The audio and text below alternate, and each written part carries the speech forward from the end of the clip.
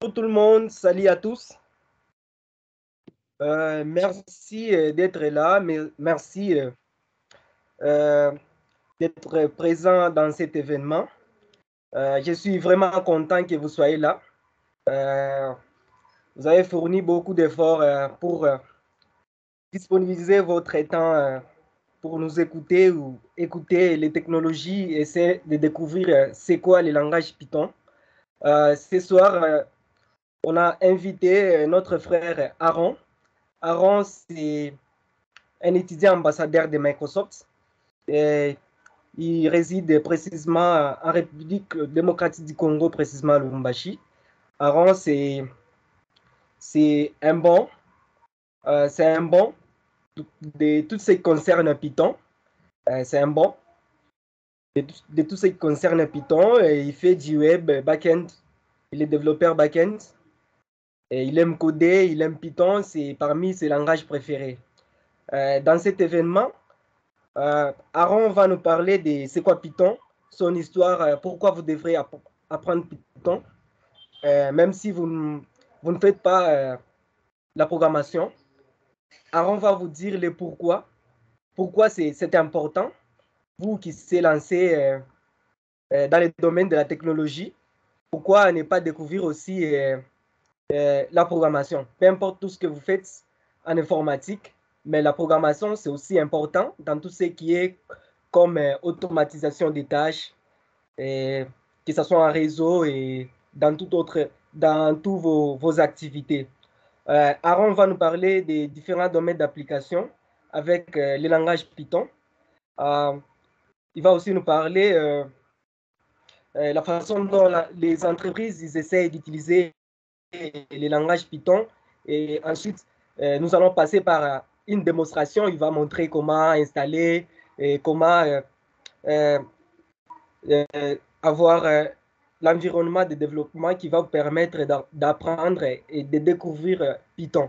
Python, il est utilisé dans la plupart des domaines, dans la plupart des cas, que ce soit dans l'intelligence artificielle, que ce soit dans tout ce qui concerne comme réseau, automatisation des tâches, il est aussi utilisé dans la science des données, les data science.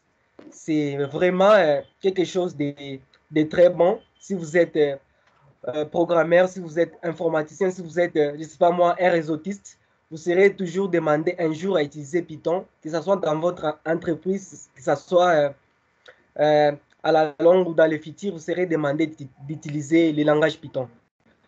Alors, sans plus tarder, j'invite notre, notre speaker du jour, Aaron. Aaron, bienvenue à toi. Bien, merci beaucoup Adalbert, merci pour cette introduction. Euh, Comme Adalbert l'a si bien dit, nous parlons de Python. Python qui est un langage de programmation assez important. Nous verrons de quoi il s'agira, nous verrons qu'est-ce que Python, nous verrons comment vous pouvez l'utiliser dans beaucoup de domaines en tout cas. Python, il est cross-platform.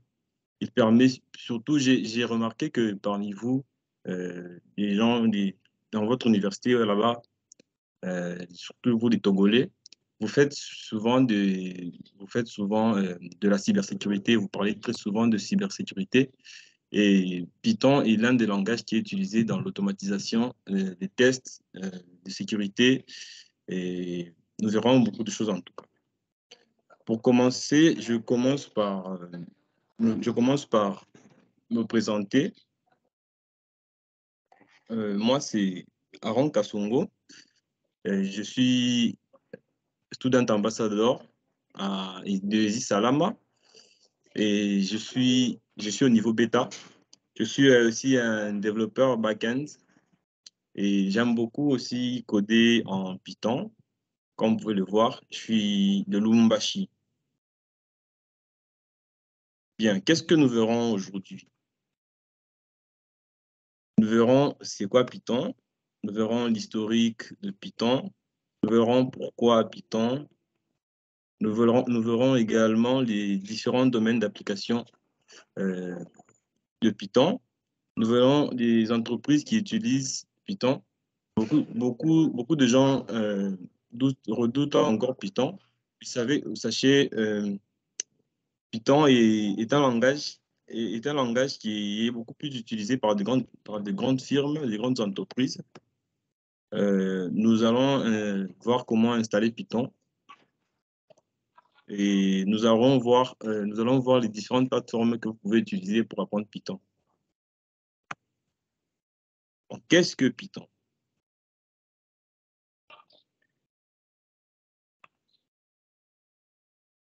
Python est un langage de programmation orienté objet.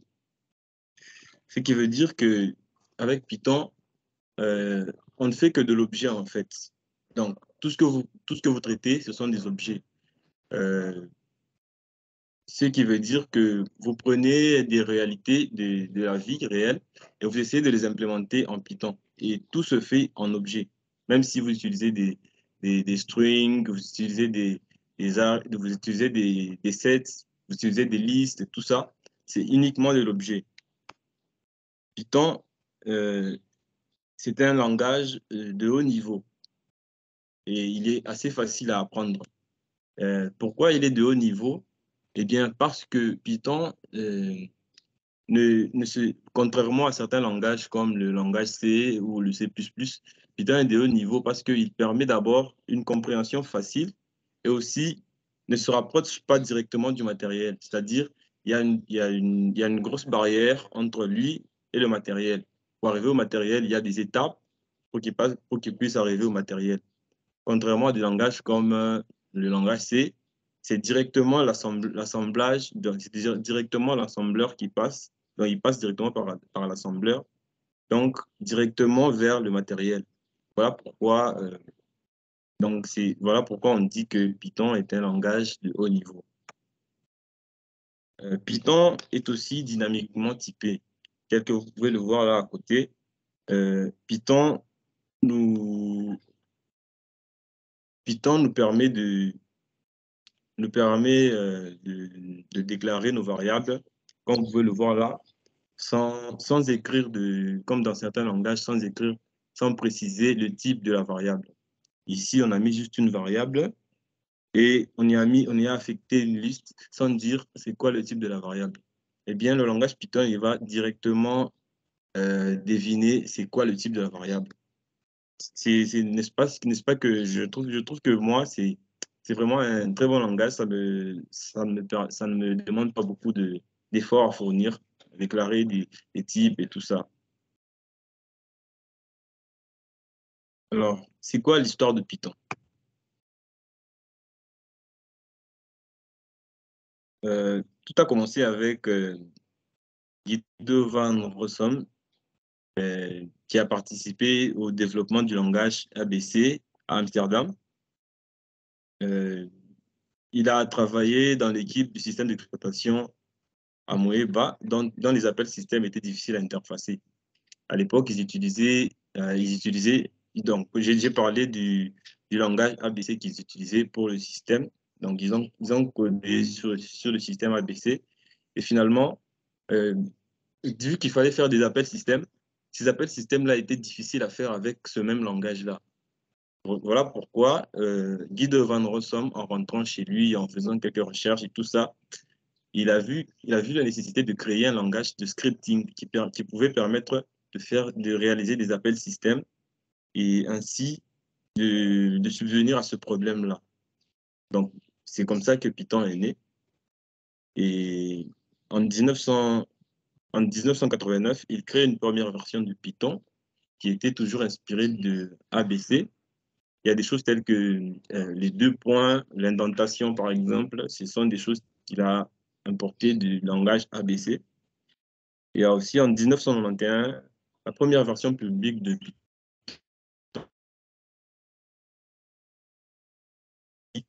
La version 2.1, sa licence a été rebaptisée Python Software Foundation License. Et aujourd'hui, nous sommes à la version 3.10.5. Et ce que je peux dire des versions de Python, c'est qu'il y a deux importantes versions.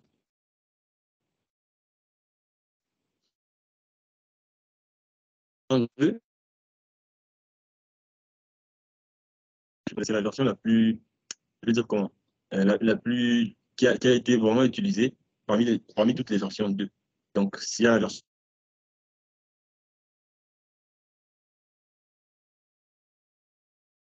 version 2 et la version 3, j'ai mis une croix dessus. Aujourd'hui, on utilise la version 3. Donc, si vous utilisiez avant la version 2, c'est beaucoup mieux de quitter et d'utiliser autre chose, d'utiliser la version 3, parce qu'aujourd'hui, c'est la version actuelle.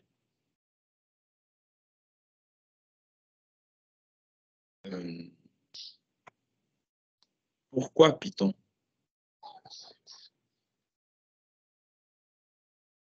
Python est gratuit et open source. Je pense pas avoir de commentaires là-dessus. Tout ceci veut dire clairement que vous pouvez utiliser Python sans problème, sans vous inquiéter de quoi que ce soit. Également, Python étant open source, vous pouvez aussi y contribuer, écrire une librairie. Je ne sais pas si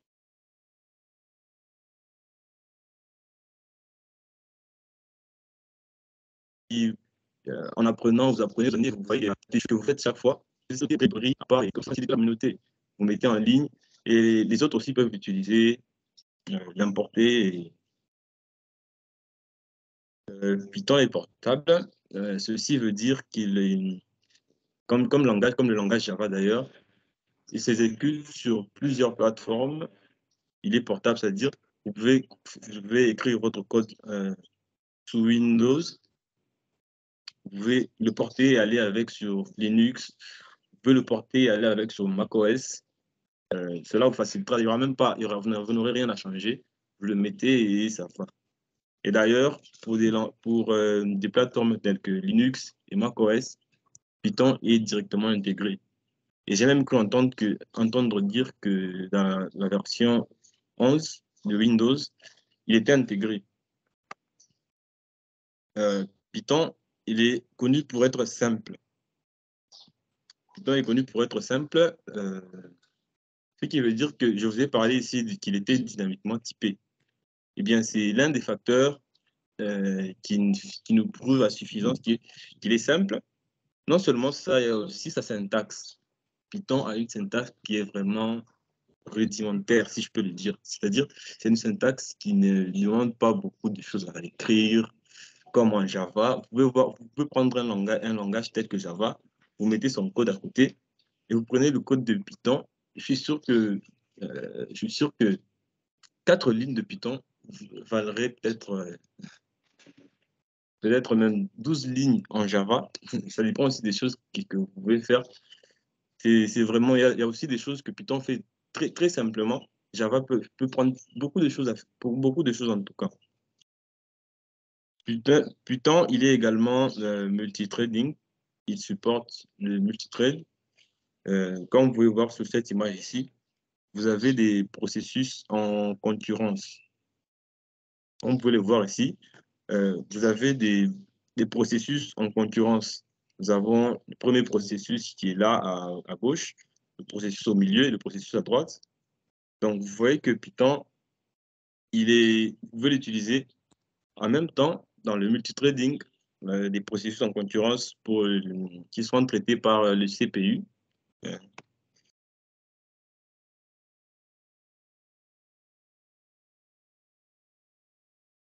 Python est dynamiquement typé. J'en ai parlé très haut. Python est orienté objet avec héritage multiple. Bon, l'orienté objet, on en a déjà parlé. C'est en fait l'interaction entre les objets, les diagrammes de classe et tout ça. Je pense que ça, c'était clair. Quant à l'héritage multiple, Python, il permet d'hériter de plusieurs classes en tout cas. C'est-à-dire que dans la programmation orientée objet, il y a ce qu'on appelle l'héritage. Et l'héritage permet d'hériter, comme le principe d'héritage, comme vous entendez bien le nom. L'héritage permet d'hériter de tout ce qu'a le père, tout le comportement qu'a le père. Vous héritez et vous pouvez même redéfinir certaines choses, ou même ajouter des comportements spécifiques à la classe enfant que vous êtes, par exemple.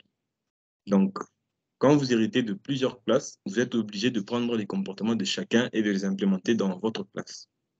C'est ça, en fait, l'héritage multiple. Alors, les domaines d'application de Python. Pour les domaines d'application de Python, il y a vraiment beaucoup de domaines d'application. Et il n'y a pas que ceux que vous voyez là. On les a, ça, j'ai mis ça seulement parce que, bon, j'ai mis ça parce que bon, c'est une image que j'ai trouvée qui résumait en soi la plupart des choses que Python faisait, mais ce n'est pas en soi seulement ça.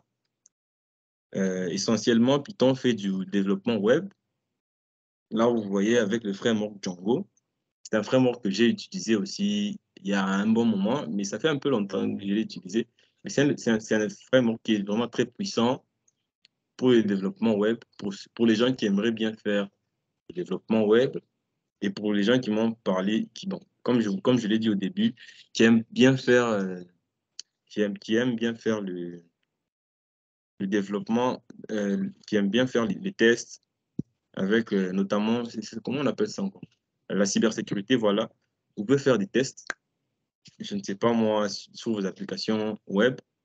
Django vous permet aussi de construire vraiment des applications robustes qui sont sécurisées déjà, euh, qui sont sécurisées par rapport à plusieurs attaques, telles que les injections SQL, les, les cross, voilà, ce genre d'erreurs, en tout cas, c'est beaucoup d'erreurs. Et pas seulement Django, il y a également d'autres comme Flask qui permet de construire une interface. Il y a beaucoup vraiment, des modules request. Il y a aussi pour les tests web, vous pouvez faire des tests.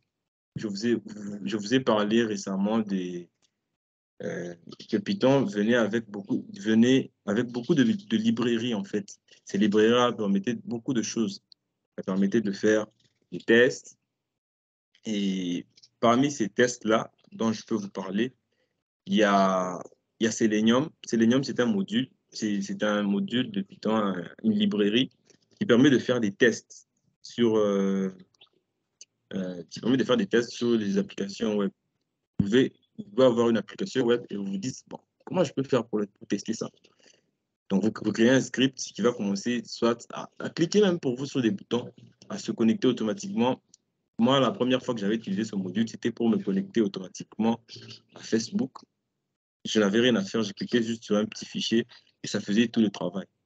Et si vous construisez un système qui est très élaboré, vous serez capable de tester des très grosses applications et de voir comment ils interagissent et même de hacker beaucoup de choses en tout cas.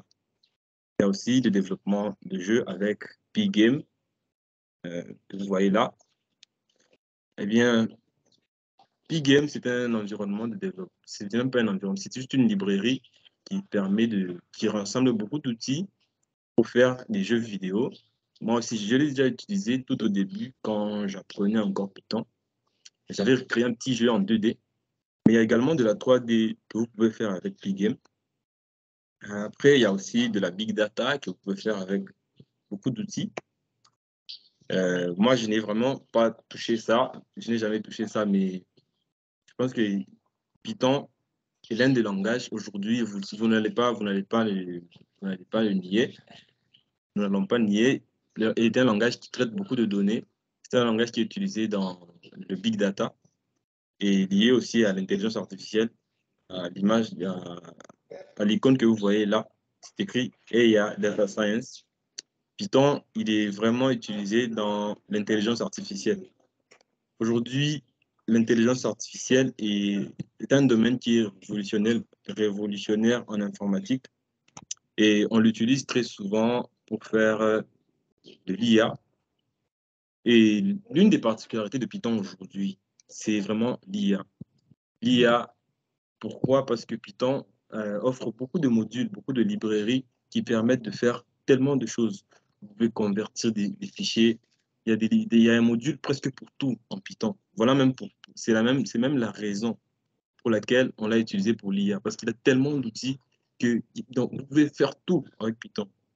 D'ailleurs, l'un des petits bémols qu'on trouve à Python, c'est que si tu codes tellement en Python, tu es tellement habitué à Python, le jour où on te dira de quitter ce langage-là et aller ailleurs, par exemple, moi, au début, je faisais du Python, mais j'avais switché, je suis allé vers Kotlin. J'apprenais un peu à faire du mobile et tout ça. Je suis arrivé là-bas, j'ai essayé de... D'abord, je ne savais presque rien, mais j'ai commencé à essayer de déclarer des variables et d'essayer de, de mettre une variable. J'ai déclaré une variable en string, j'ai mis des strings dedans et puis j'ai voulu réaffecter un int dedans. Ça m'a fait des erreurs, je n'ai pas compris. Alors qu'en Python, c'était ça. Python, il peut vous permettre, donc, vous pouvez aller dans un autre langage comme ça, vous cherchez un module pour faire telle chose. En Python, il y en a tellement, ça simplifie la vie. Vous arrivez là-bas, vous ne trouvez pas. Donc voilà pourquoi Python il est vraiment utilisé. Il a beaucoup d'outils. Et par rapport aux services aussi, il offre des services simplifiés et une écriture vraiment de code qui est vraiment facile à lire. Donc voilà, c'est la plus grande des... Ce sont les domaines d'application en tout cas. Il n'y a pas que ça, il y a aussi, je dis qu'il n'y a pas que ça, il y a aussi le mobile. Python peut faire aussi du mobile. Python peut faire des applications bureau avec notamment euh, PQT aujourd'hui, qui est utilisé pour faire des desktop, c'est-à-dire des applications bureau.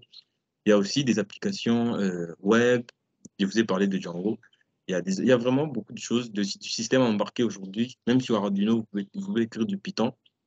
Il y a des moyens aujourd'hui qui ont été développés pour faire de l'Arduino, même des Raspberry. Donc vraiment, Python, il est exceptionnel en tout cas. Alors, les entreprises qui utilisent Python.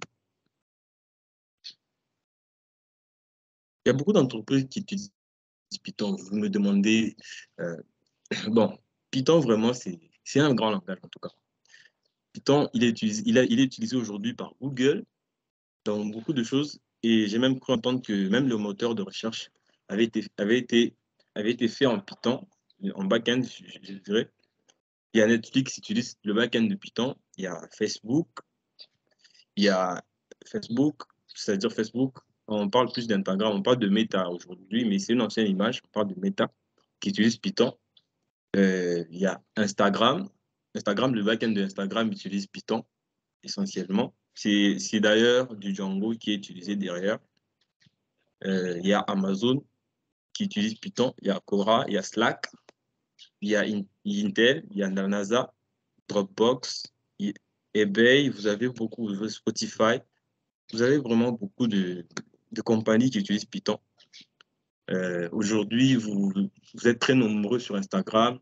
Vous ne vous doutez même pas qu'il s'agit même de Python qui est dessus. C'est-à-dire, chaque jour, vous utilisez Python. Et il n'y a pas que ça. Il y a l'une des plateformes que nous utilisons chaque jour qui utilise Python. Il s'agit de YouTube qui n'est pas là.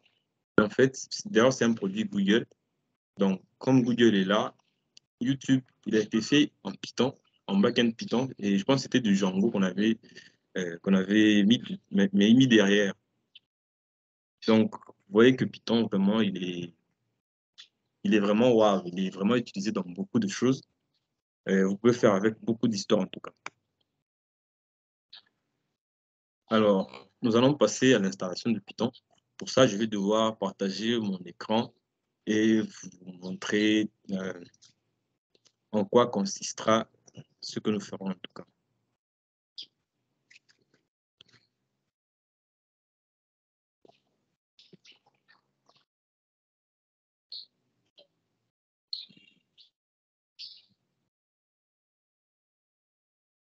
Voilà, j'espère que vous voyez mon écran.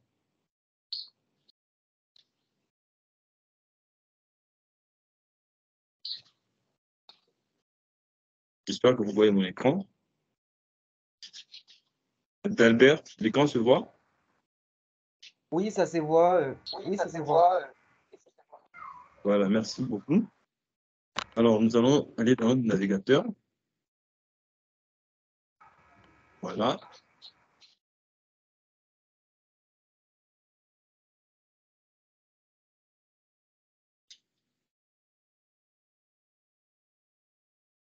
Nous allons taper Python, tout simplement. Bon, il me propose déjà python.org, mais nous allons taper juste Python pour ne pas perdre certains.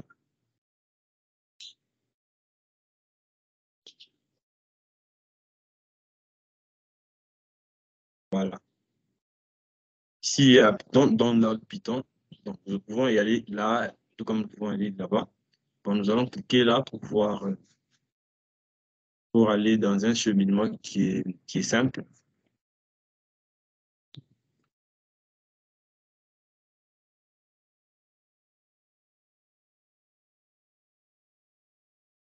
Voilà. Et là, nous avons le site officiel de Python. C'est juste simple, python.org. C'est le site officiel de Python. Et si nous cliquons sur Download, ce qui veut dire télécharger, nous allons nous rendre dessus.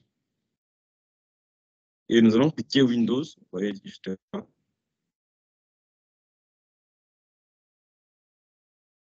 Alors, cette solution que je donne, c'est par rapport à Windows. Je vous montrerai aussi euh, des solutions alternatives. macOS, pas tellement, mais Ubuntu, Linux, je vous montrerai Linux parce que Linux, c'est un système que j'utilise chaque jour. Rarement Windows, mais j'utilise plus. Donc là, vous voyez, on me propose déjà les versions qui sont vraiment au top. Je vous ai parlé de la version 2 et la version 3 qui étaient les deux versions que Python retenait comme étant des versions qui étaient vraiment des versions top en tout cas. Et je vous ai dit que la version 2.7 était presque la dernière parmi les versions 2 et c'était plus utilisé en tout cas. Python a mis une croix dessus. Aujourd'hui, on utilise les versions 3. Aujourd'hui, on est à la version 3.10.5. Cliquons dessus.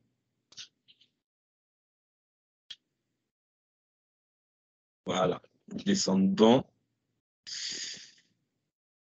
juste en bas. Et vous voyez là, il nous donne des versions avec, il nous donne des versions, les systèmes qui sont, qui, les systèmes qui sont liés à ces versions-là, les descriptions, les fichiers et tout ce qui va avec.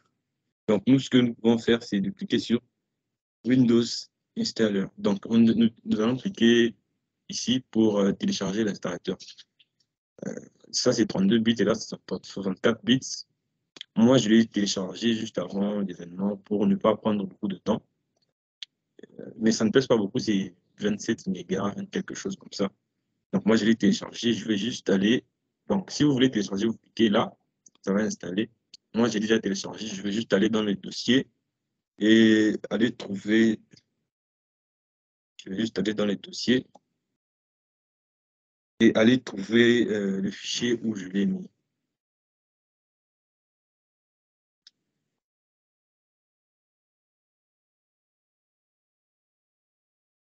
Voilà. C'est dans les dossiers de téléchargement.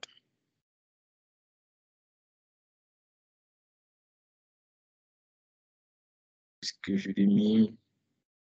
Ah, je n'avais pas fini de le télécharger apparemment. Je peux aller là.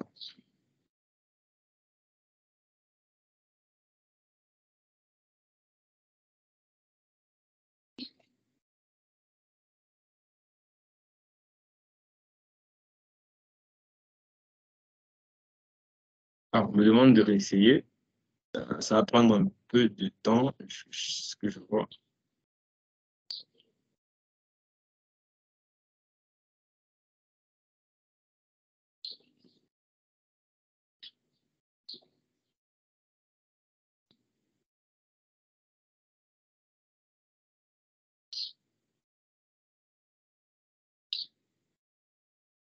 Bon, en attendant, je vais vous montrer l'alternative avec, je vais vous montrer l'alternative avec Linux. Donc, ce que nous allons devoir faire, c'est juste taper une commande parce que je ne vous ai pas dit, en tout cas, par défaut, sur les systèmes macOS et Linux, Python est installé par défaut. Python vient avec toutes les distributions, bon, la plupart des distributions Linux en tout cas. Donc, si vous êtes par exemple sur Ubuntu, si vous êtes sur Ubuntu, je peux écrire ça quelque part. Attendez. Si vous êtes sur Ubuntu, ce que vous pouvez faire, c'est regarder dans la barre de recherche. Je suis en train de taper la commande ou carrément je peux ouvrir le terminal.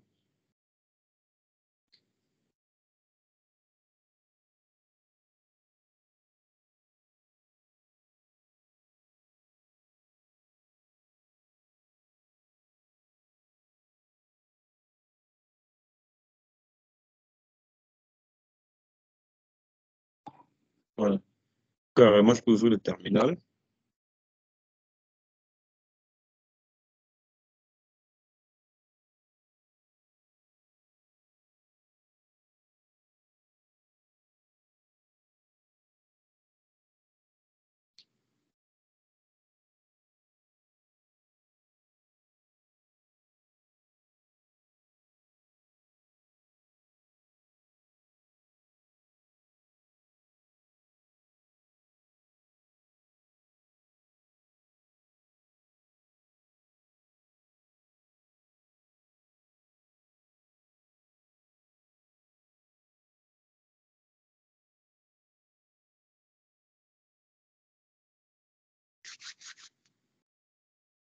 On attend un tout petit peu, ça rame un tout petit peu. Qu'est-ce que je peux écrire? CMD. Bon, comprenez que ça fait longtemps que j'ai utilisé le système Windows. Donc, ça rame un tout petit peu. Ça fait longtemps. Je vous ai dit que très souvent, j'utilise Linux, j'utilise Ubuntu. Donc, j'ai dû, pour cet événement, switcher vers Windows. Ça faisait un peu un moment. Donc, c'est pour ça que ça rame un tout petit peu.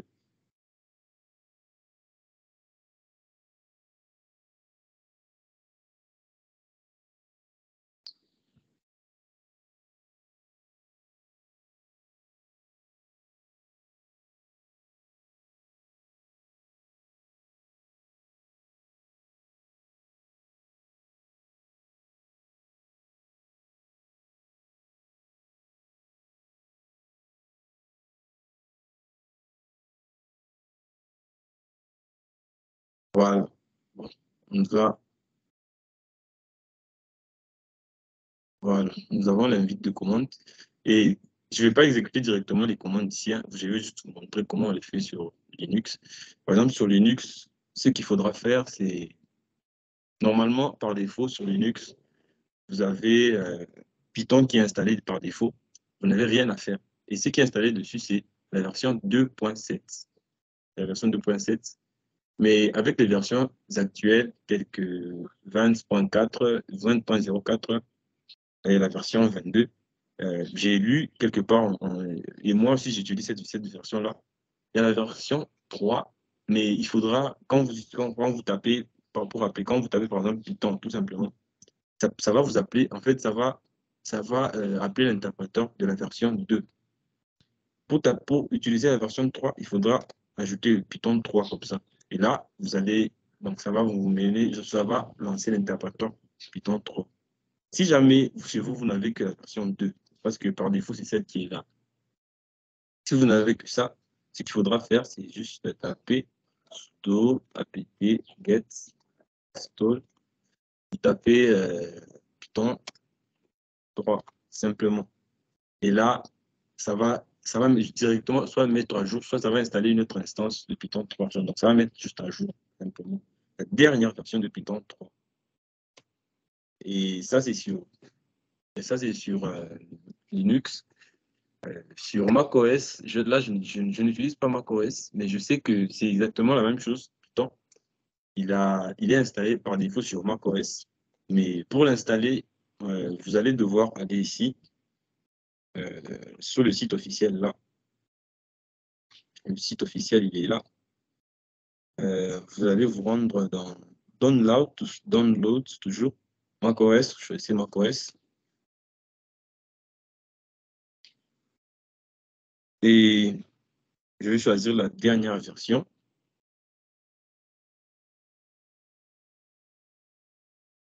Je descends juste en bas. Je fais la même chose qu'avec Windows. Vous voyez, il y a un installateur de macOS quelque part ici. Voilà, vous allez cliquer là-bas, vous allez l'installer. Et je pense que c'est presque les mêmes choses qu'avec avec Windows en tout cas. Donc, c'est exactement ça. Le fichier a fini de télécharger. Il est juste ici. Il est juste là. Bien. Nous allons ouvrir. Nous allons ouvrir les documents. Il est là. Ce que nous pouvons faire, c'est cliquer dessus simplement. Ouais, il y a même le logo de Python qui est là. cliquons comme si nous voulons installer un setup normal. Cliquons dessus. J'espère que moi, je l'ai déjà installé. Vraiment. Que... Souvent, j'utilise Linux. Je ne sais pas si je l'ai déjà installé une fois sur ma machine. Mais nous allons de toute manière vérifier, ce n'est pas un problème. Il y a le terminal qui est là, nous allons vérifier.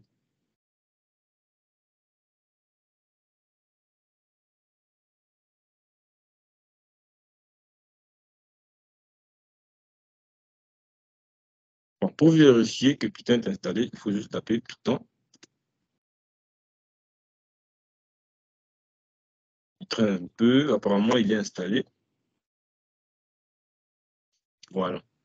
Ça, c'est l'interprétateur Python. Ça veut dire que Python est installé chez moi.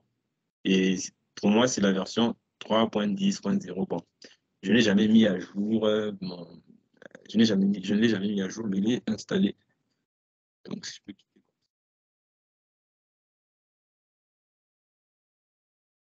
Voilà. Et moi, quand il a détecté directement il y a déjà une version de Python, il me demande de faire une mise à jour. Bon, moi, je ne veux pas faire une mise à jour, je n'ai pas encore lu la version 10.5, ça avance. Peut-être ça peut abîmer les histoires, je ne sais pas. Je n'ai pas encore lu les nouvelles versions, mais je sais que je suis à la version 3.10.0. Donc, si vous voulez installer, vous allez cliquer là sur l'installation normale. Normalement, là, il ne va pas vous dire d'upgrade, il va vous dire simplement d'installer normalement. Et si vous installez normalement, tenez compte de cocher le bouton, add, donc c'est-à-dire ajouter dans les variables d'environnement. C'est-à-dire par défaut, quand vous installez, il va directement ajouter dans les variables d'environnement au lieu de vous donner au lieu de vous donner vous la tâche de le faire à votre place. C'est-à-dire vous allez directement, ça va directement s'ajouter dans les variables d'environnement, ce qui vous permettra, quand vous tapez directement Python, ça sera directement installé simplement. C'est juste ça en fait. C'est en fait le gros de l'installation. Et si vous finissez d'installer, donc tout va s'installer en tout cas. Et si tout finit de s'installer et tout se charge, il n'y a pas de problème. Ce que vous allez faire pour tester, c'est ce que j'ai fait ici. Tapez simplement Python dans le terminal et il va s'exécuter. Là, il y a les interpréteurs. On peut même faire un print et alors,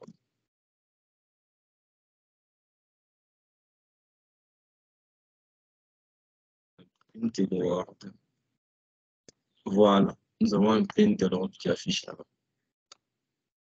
Voilà, voilà ce qui est de l'installation de Python. Maintenant, nous allons passer à la dernière section qui est comment apprendre Python, quelles sont les plateformes que je vous conseille d'apprendre. Voilà, nous allons nous rendre toujours dans notre navigateur et voir comment nous allons nous y prendre pour apprendre Python.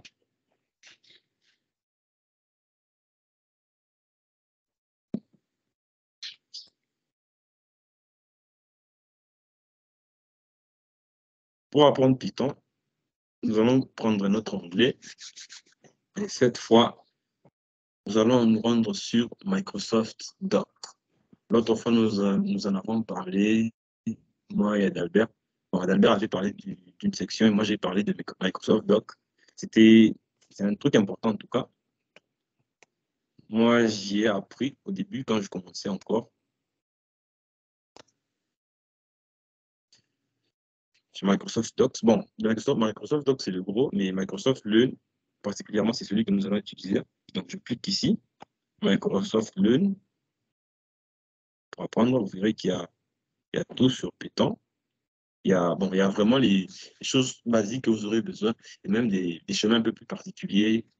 On parle aussi de Django là-bas, on parle de beaucoup de choses. Et moi, je suis beaucoup trop orienté vers le web. Hein. Donc, quelquefois, j'ai fait un peu de réseau avec des sockets, tout ça. Mais le web, c'est ce qui m'intéresse le plus, en tout cas. Donc,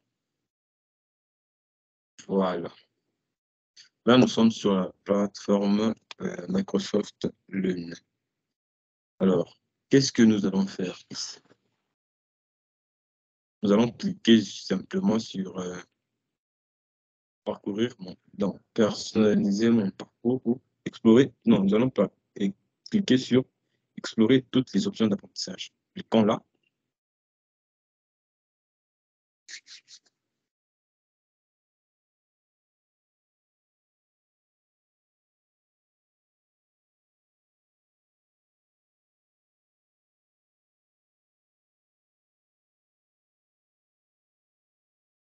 Voilà. Nous avons beaucoup de modules, en tout cas, tellement de modules. Vous pouvez voir même à côté là-bas, c'est juste ici à côté.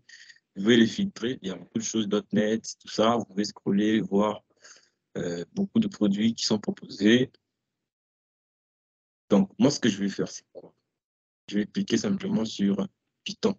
Je vais écrire simplement Python ici.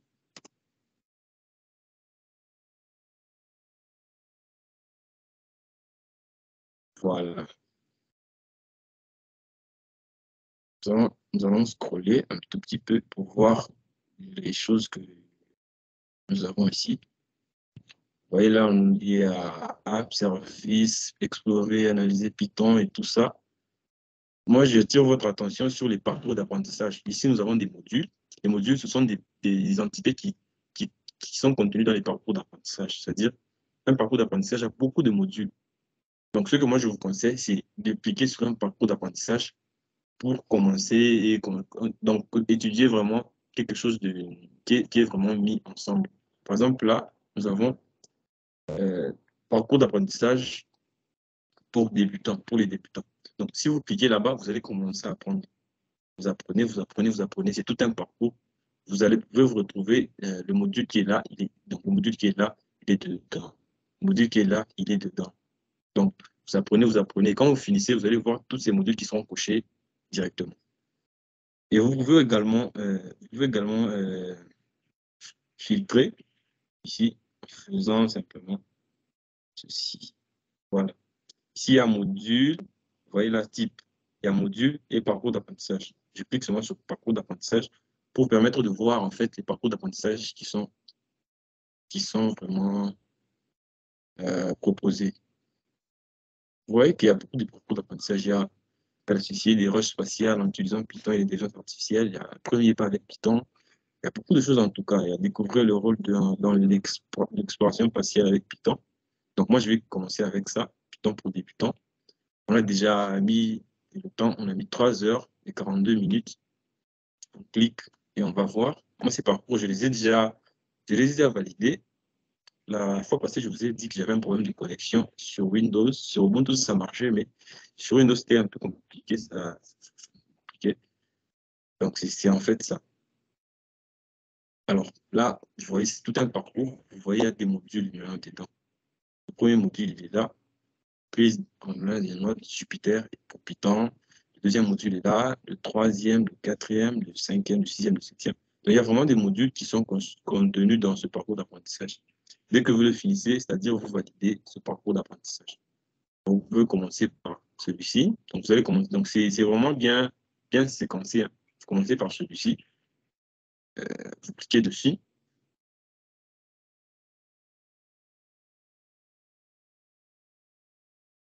Vous allez lire.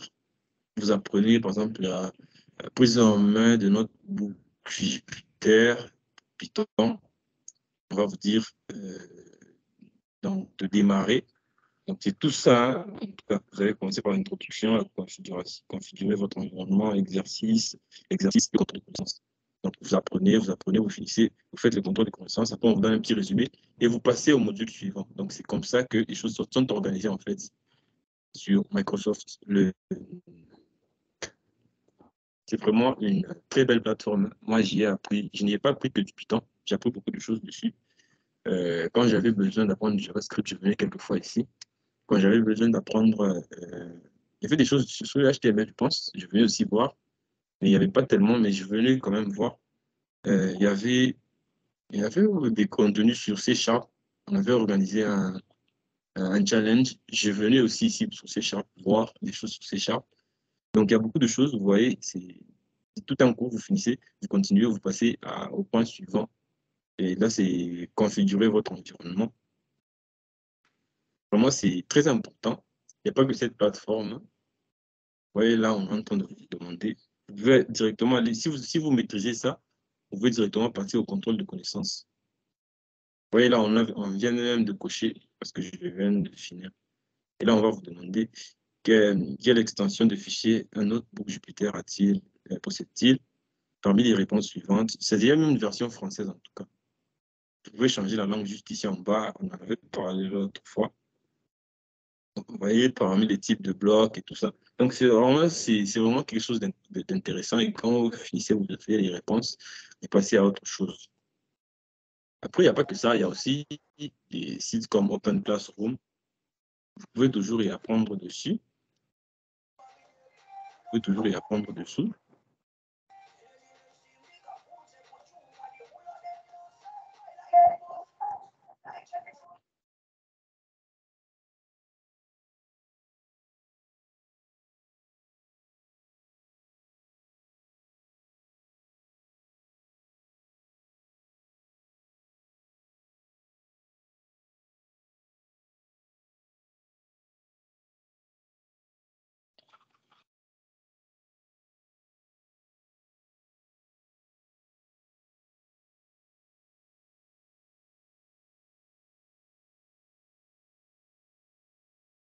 Ah, ça traîne un peu, Open Classroom.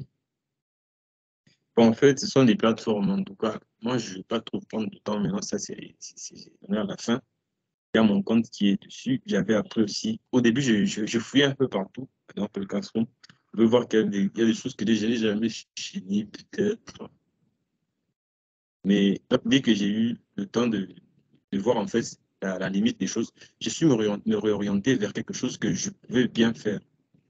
Donc, ici, vous pouvez apprendre beaucoup de choses. Il y a beaucoup de formations, tellement de choses pour libre d'accès. Vous pouvez lire plus de 500 régulièrement mis à jour.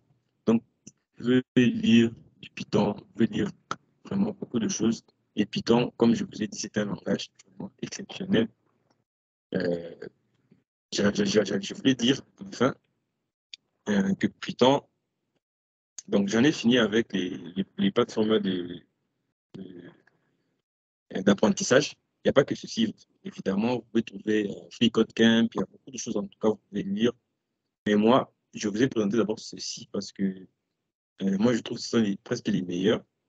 Il y a les autres qui sont payants, mais ceux-ci, ils sont gratuits et ils permettent vraiment d'offrir un bon contenu. Il y a même des livres vous pouvez télécharger des livres aussi sur Open Classroom. Il y a des livres, très bons livres, ils ont bien écrit. Et si vous les lisez, ça sera vraiment un très grand avantage. Et comme je vous ai dit au début, j'ai remarqué qu'il y avait beaucoup de gens au Togo qui faisaient un peu ça, de la cybersécurité, voilà, qui faisaient de la cybersécurité. Python a des modules vraiment qui sont intéressants sur le réseau. Aujourd'hui, la sécurité sans réseau, vraiment, c'est presque rien. Donc, aujourd'hui, si vraiment vous maîtrisez le réseau, la cybersécurité, vraiment, c'est quelque chose qui est vraiment lié au réseau. Parce que qui va vous voler si vous avez une machine, vous ne vous connectez pas? Qui viendra prendre quoi chez vous? Si vous vous connectez, c'est là que les choses deviennent un peu plus dangereuses. Donc voilà, Python est l'un des langages qui traite très bien le réseau. Et vu qu'il a beaucoup de librairies, il a beaucoup de librairies qui permettent de faire beaucoup de choses, ce qui donne à Python vraiment la possibilité là, de faire tellement de choses, d'être un langage vraiment exceptionnel. Vous pouvez hacker les gens. Bon, je ne vous conseille pas de hacker les gens, mais vous pouvez, oui, hacker des gens, mais pour le bien, c'est-à-dire pour trouver des failles et leur montrer, vous voyez, ça, c'est pas bien, ça, c'est pas bien. Vraiment, c'est très important. C'est en fait l'un des trucs que je voulais vous dire. Maintenant, je pense que c'est presque la fin. Euh,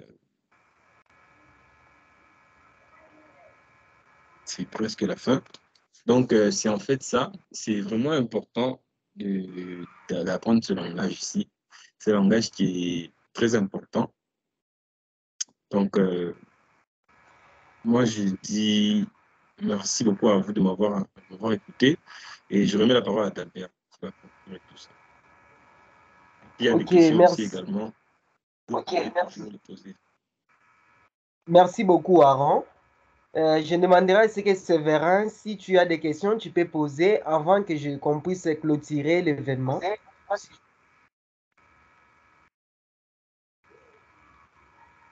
Séverin, tu peux activer ton micro et puis tu poses ta question.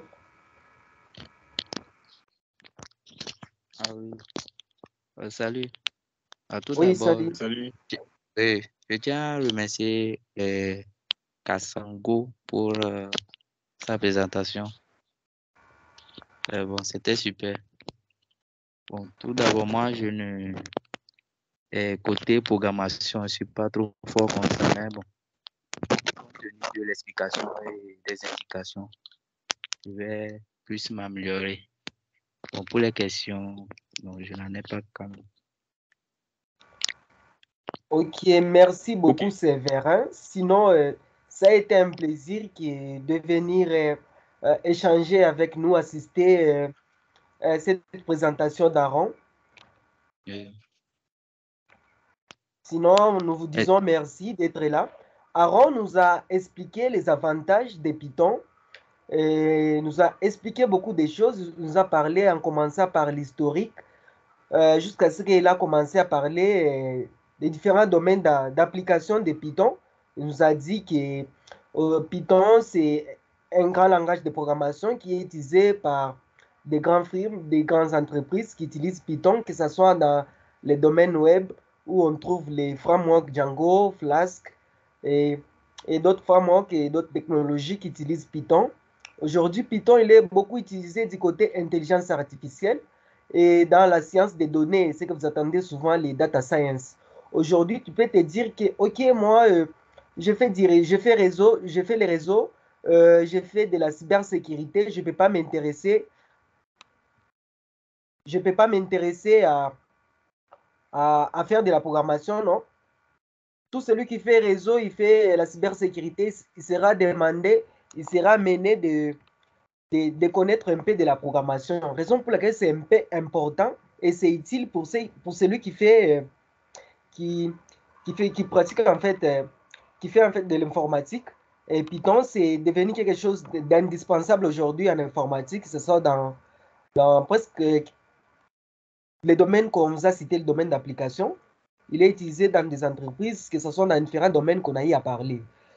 Aujourd'hui, Python permet aussi à automatiser les différentes tâches dans l'entreprise. Les entreprises utilisent Python pour automatiser des tâches, et créer des scripts créer des scripts dans tout ce qu'ils font dans des entreprises, c'est vraiment quelque chose de très généré. Il y a aussi des entreprises qui utilisent Python, que ce soit l'entreprise Meta, que ce soit la NASA, euh, Amazon, ils utilisent Python pour automatiser leurs tâches. Après cela, Aaron nous a parlé, nous a montré comment installer Python.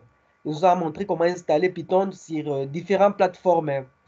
Euh, que ce soit sur Windows ou sur les distributions Linux. Et il nous a montré sur Ubuntu comment on peut installer Python et tester si Python est accessible dans la ligne de commandes. Euh, il nous a montré aussi euh, quelques plateformes où nous pouvons euh, aller et regarder, commencer à apprendre Python.